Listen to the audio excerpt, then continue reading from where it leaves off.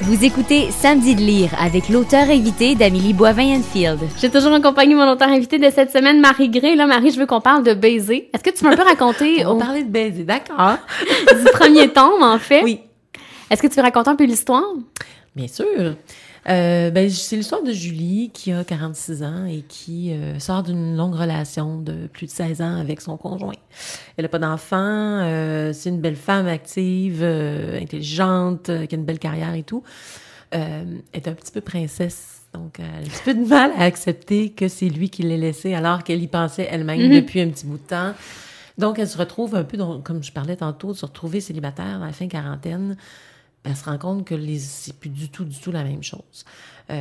Au début, elle trouve ça drôle. Elle sort avec des amis qui essayent de la matcher et tout. Elle trouve ça drôle. Après, elle se rend compte que c'est pas si drôle que ça, finalement. Et elle décide d'aller sur des sites de rencontres parce que apparemment c'est la manne et elle veut voir de quoi ça a l'air. Et là, effectivement, premier soir avec ses deux meilleures amies, parce que le livre tourne autour de l'amitié beaucoup, de trois femmes qui sont très différentes l'une de l'autre. Des âges différents aussi. Des âges différents et aussi des situations différentes. L'aînée, Maryse, elle est en couple depuis plus de 20 ans. Elle semble mener la vie idéale avec la famille parfaite et tout. Valérie, elle, c'est vraiment la dépendante affective qui a un conjoint après l'autre, qui est incapable d'être seule, mais qui est pas pleinement amoureuse chaque fois, mais c'est plus important pour elle de trouver un père pour sa fille que de voir à ses propres besoins. Et Julie, Julie, c'est vraiment la fille très exubérante, très qui aime le sexe, qui aime sortir, qui aime danser, qui aime avoir du plaisir et tout. Donc, elle va sur les sites de rencontres, premier soir d'inscription, elle fait une première recherche, elle se rend compte qu'il y a plus de 1400 candidats qui correspondent à ses critères. Elle pense qu'elle a trouvé le paradis. Mais elle déchante, n'est-ce pas? Mais oui. Oui, parce que ça a l'air bien beau comme ça, mais quand on élimine les cas les plus lourds d'abord, parce qu'il y en a, elle se rend compte que finalement, c'est pas si facile que ça. Et aussi, elle est un peu naïve. Quand elle finalement rencontre quelqu'un qui lui plaît beaucoup, elle s'imagine que forcément, ça va être la même chose pour lui aussi, alors que le monsieur, lui... c'est un célibataire endurci qui n'a pas du tout l'intention de se ranger, de se caser. Ça c'est assez un fléau, je dirais, à beaucoup d'âge. Je me rends compte, la peur de l'engagement et de l'exclusivité, c'est quelque chose qui fait... Les hommes ont beaucoup de mal à se résigner à ça. Et donc, après plusieurs expériences, Julie, elle déprime de plus en plus et ça lui fait remettre en question, en fait, qu'est-ce que c'est l'amour, qu'est-ce que c'est les relations de couple, à quoi ça sert et pourquoi c'est si important dans une vie, qu'est-ce qu'elle recherche au juste. Elle fait la remise en question que tout le monde devrait faire, je pense, après une rupture, c'est de se regarder dans le miroir et dire « Qui suis-je ?» Et non pas en fonction d'être la moitié d'un couple, mais en tant que femme, qui je suis et qu'est-ce que je veux et qu'est-ce que je cherche. C'est un exercice qui est parfois douloureux à faire. Je pense que c'est essentiel parce qu'on le voit souvent, puis je l'ai vécu moi-même après ma rupture. Les hommes vont tout de suite se ranger avec quelqu'un d'autre. Ça prend à peine quelques semaines, sinon quelques jours, ou même avant que la séparation soit officialisée. Ils vont se précipiter dans une autre relation pour éviter justement cet examen de conscience-là, qui est pas toujours agréable, faut le dire, mais en même temps, c'est après tellement libérateur. Et donc, Julie le fait, et elle, finalement, je vais pas vendre le punch, là, mais elle trouve une relation qui vraiment qui lui convient. Qui lui convient, qui la comble même, et parallèlement à ça, là, on se rend compte que ses amis, c'est pas nécessairement toujours ce qu'on pensait, Maryse n'a pas nécessairement l'union parfaite que ses amis croyaient parce qu'elle projetait toujours le bonheur, la sérénité et tout. Mais on se rend compte que non, finalement. Et donc, les amis vont prendre une importance comme dans la vraie vie. Une importance capitale dans ces moments-là, autant dans les beaux moments que dans les moments difficiles. Et ce qui est le fun, c'est que les filles vont partir, Maryse et Julie, vont partir à un site Internet pour aider les femmes qui sont à la recherche de l'amour pour trouver les bons et les mauvais candidats. Ça. En fait, l'idée, c'était de faire une espèce de TripAdvisor pour les candidats des sites de rencontres. On aimerait ça que ça existe pour vrai. J'aimerais ça. Écoute, sérieusement, t'es pas la première à m'en parler. Je pense que je vais peut-être le faire. Si j'avais plus de temps et si j'étais plus aguerrie en matière d'informatique, là, je pense qu'il y aurait quelque chose à faire de ce côté-là. En fait, l'idée, c'était vraiment... Julie devient tellement dépitée de voir tout le mensonge qu'il y a là-dessus. Des hommes qui mettent des photos qui datent d'il y a 10 ans, qui savent pas se vendre. Parce que faut se le dire, là, on se vend sur un site de rencontre. L'idée, c'est de plaire au premier coup d'œil parce qu'il y a tellement de candidats qu'il faut accrocher. Mais quand on voit c'est surtout les hommes qui ont beaucoup, beaucoup de difficultés avec ce concept-là. On voit monsieur dont le visage est à moitié caché par sa casquette puis des grosses lunettes de soleil, la cigarette au bec puis une espèce de saumon tout frais pêché dans les mains. Personnellement, je vois pas tellement ce qu'il y a d'attirant. Non. Bon, à chaque torchon sa guenille, je veux bien croire, mais tu sais, je pense qu'on peut s'aider un petit peu. Des hommes mariés, comme je le disais tantôt. Et donc, le site karmasutra.com sert à dénoncer ça. Les filles font ça pour s'amuser au départ. Ben, pour s'amuser et aussi par dépit, parce qu'elles en ont assez de toutes ces niaiseries-là, parce que c'est vraiment une perte de temps épouvantable. Du gars qui rencontre 5 filles dans une semaine et qui baise avec 3 pour ensuite choisir celle qui lui plaît le plus. Des autres qui vont dans un rendez-vous, mais qui courtisent à peu près toutes les femmes qui sont sur place, excepté celles qui devant lui. Ça va aussi des gars qui ont 3-4 aventures en même temps, mais qui aiment ça, en avoir 3-4 en même temps, mais qui le disent pas. Des gars qui profitent de ça aussi pour se faire payer à souper, ça, il y en a plusieurs. Oui, qui n'ont pas leur portefeuille, Ils oublient leur portefeuille, c'est ça. Une malchance, là, vraiment, c'est épouvantable. Et autres profiteuses, mais Maccabi, il y en a. Mais je tiens à souligner encore une fois qu'il y a beaucoup de femmes qui sont comme ça. J'ai entendu des histoires d'horreur de gars qui m'ont vraiment découragée de mon espèce, là, des filles à l'argent, des filles vraiment épouvantables, là, qui vont, à première rencontre, quelle sorte de voiture tu conduis? Ça me convient pas. Des affaires de même, là, on se dit, mais voyons donc. C'est une caricature, mais non, malheureusement, c'est la vérité. Ça existe. Ça existe. Et le site, prend plus d'importance dans le 2e tome. Oui. Je sais pas si tu voulais qu'on en parle. Ben oui, on va en parler. Moi, j'ai trouvé ça jouissif. Je pense que c'est le bon terme. Parce que, justement, Maryse va s'occuper davantage de l'entreprise parce que ça va devenir une entreprise, en fait. Absolument. Et elle va s'en occuper. Et là, elle va prendre un malin plaisir à venger les femmes qui ont été victimes d'hommes qui n'ont pas été très, très gentils, qui comptaient des mensonges. Ouais, et ça, j'ai plein d'amis qui m'ont dit « Oh, merci, ça a fait tellement de bien. » Ah oui, vraiment? Oui. Et elle le fait, en fait, parce que Maryse, sans tout dire, Maryse a eu quand même un mariage qui était dur, qui était difficile, qui était toxique à la fin. Et elle s'est fait mentir, elle a dû endurer ça, mais elle n'a pas la chance de se venger de son mari. Mm-hmm. Et donc, elle se venge sur tous les autres, finalement. Mais il le mérite. Il mérite Oui, il le mérite. C'est sûr qu'il le mérite.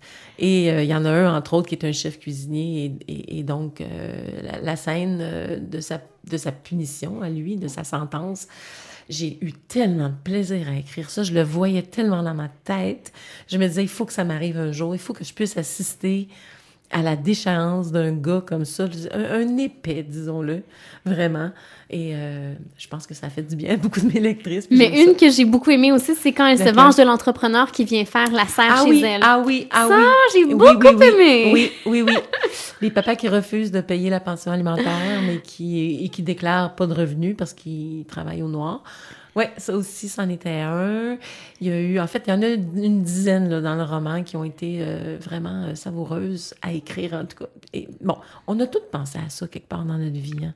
Ne serait-ce que glisser notre clé de voiture là, sur les beaux côtés, sur la belle porte fraîche de la belle voiture de l'année, de l'épais qui nous a menti, là. On a toutes rêvé à ça. On le fait pas parce que, on est bien élevés, puis c'est pas bon. Mais tu présentes aussi des femmes aussi qui comptent des menteries aussi dans l'ouvrage. Ouais. Je trouvais ça important. Je veux pas... D'avoir le balancier. L'idée, c'était pas de faire du male bashing, là. Pour moi, c'est vraiment important qu'il y ait toujours les deux côtés de la médaille, effectivement. Parce que je voulais pas non plus qu'on m'accuse de détester les hommes dans leur ensemble. C'est pas ça du tout. Ce que je déteste, c'est le mensonge, la perte de temps, puis vraiment l'hypocrisie. Pourquoi on n'est pas capable de juste... Tu cherches quelqu'un pour une aventure, pour baiser, dis-le. Il y en a plein de gens qui cherchent que ça. Alors pourquoi essayer d'embobiner quelqu'un qui va fonder plein d'espoir sur quelque chose qui n'est pas vrai? C'est ce côté-là qui me dérange vraiment le plus. En fait, dans toute l'histoire des sites de rencontres, c'est ça qui me dérange le plus. Ça est vraiment le côté, comme je disais tout à l'heure, que la personnalité propre de chaque personne n'a pas d'importance. C'est le look, c'est les activités. Elle aime pas ça faire de jogging, next. On s'attarde pas aux bonnes choses, selon moi. On n'apprend pas à découvrir la personne pour ce qu'elle est réellement. C'est ça. puis on passe à côté de plein de choses. Et Julie le constate à un moment donné aussi, parce que bon, ça aussi, on se le fait dire quand on est célibataire depuis un bout de temps. « Oh, tu dois être bien trop difficile. » Bon, Julie, donc, se dit, ben, peut-être que c'est vrai, peut-être que je suis trop difficile, peut-être que je m'attarde juste à des gars qui font « wow » quand je les vois, peut-être que je devrais m'attarder un petit peu plus à des hommes qui paient moins de mine, mais qui ont peut-être beaucoup plus, qui ont peut-être une richesse intellectuelle, émotive et autres. Finalement, elle se rend compte que c'est pas bien mieux.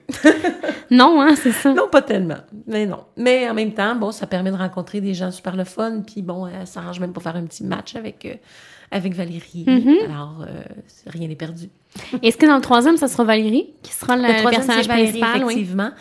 Par contre, les 2 autres sont très présentes. Comme je boucle la trilogie avec ça, quoique, il y a d'autres personnages qui vont avoir leur voix, c'est certain. Je pense à Jessica, qui est une petite poffine, là. Je veux la faire parler à un moment donné parce que je veux qu'on voit, elle aussi, pourquoi elle est devenue poffine, justement, parce que je trouve ça important. Mais donc, je boucle la trilogie avec le 3e. Valérie est très, très, très présente. Valérie qui s'est fait demander en mariage et qui panique. Et donc, on veut comprendre pourquoi elle panique, alors qu'elle aurait pas intérêt à paniquer, mais non. Mais bon, il y a plusieurs explications et il y a beaucoup de femmes aussi qui fuient l'engagement, qui ont peur de ça aussi, la peur d'être blessées. Et ça, c'est tellement, tellement courant dans des nouvelles relations ou des relations qui dérapent, qui foirent à cause de ça, parce qu'un des deux a tellement été blessé ou a tellement été déçu qu'il n'ose plus s'investir, il n'ose plus mettre de côté justement ses barrières puis avancer dans une relation qui pourrait être le fun, qui pourrait être prometteuse. Et ça, malheureusement, ben c'est un grand danger parce qu'on risque de passer à côté de quelque chose qui est peut-être l'âme sœur, sait-on jamais, si on y croit. Et il sort quand, le 3e? Le 3e sort en janvier. Je suis en train d'écrire les dernières lignes et c'est toujours un moment très, très émotif parce qu'on s'attache, je veux pas. Là. Je sais que j'ai l'air un petit peu ésotérique en disant que je m'attache à mes personnages, mais... Je pense que c'est normal. Ben oui, parce qu'en même temps, les personnages sont un peu de moi, sont un peu de mes amis. C'est un amalgame de plusieurs personnes. Je peux dire que je pense que je suis un mélange de Julie puis de Maryse. Puis j'ai plein d'amis que je reconnais dans certains traits de caractère de l'une ou de l'autre. Donc forcément... c'est des gens que j'aime, puis mes lectrices ressemblent à ces gens-là aussi. C'est fantastique dans des salons du livre d'avoir des femmes qui viennent me dire « Oh mon Dieu, on dirait que on dirait que t'as écrit sur mon histoire » ou ils font juste lire la 4e de couverture et ils disent « Mais c'est ma vie, ça! » Ce qui est important de dire, je pense, moi je suis dans la trentaine et j'ai eu un malin plaisir à lire les deux. Quand les même, deux hein? tombent, même oui, si les personnages principaux ont fait quarantaine, début cinquantaine. Là. Ben, c'est des questionnements universels, peu importe l'âge qu'on a. Je trouvais ça... J'avais envie d'écrire, d'avoir des personnages à ces âges-là parce que je trouve qu'il n'y en a pas beaucoup. C'est vrai. Dans les romans, surtout en chick lit ou en comédie sentimentale ou en romance, les héroïnes sont souvent beaucoup plus jeunes.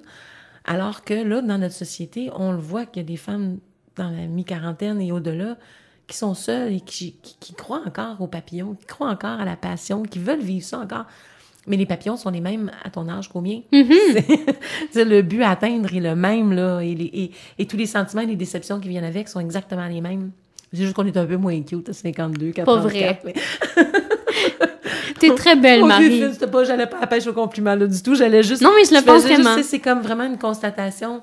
Tu sais, on se voit encore tel qu'on était jadis, mais le temps passe, puis veut pas, tu sais, sûr qu'à 50 ans, quand un homme a encore ses cheveux puis pas de bédaine, on est wouh! Mais c'est la vie, puis en même temps, je suis pas parfaite non plus, puis on peut pas, tu sais, faut juste être réaliste. Mais c'est pour ça, je pense que beaucoup d'hommes de 50 ans cherchent des femmes de 30. Je pense que oui. Mais ça, c'est de tout temps, hein, ça a toujours été, puis on ne changera pas, mais de plus en plus de femmes aussi qui vont vers des hommes plus jeunes, puis c'est bien correct aussi, le fameux fantasme de la femme d'expérience, paraît que c'est encore bien vrai. Les femmes cougar. Ouais. Si tu me permets, Marie, on s'arrête et dans les prochains instants, on parle de ton coup de cœur littéraire.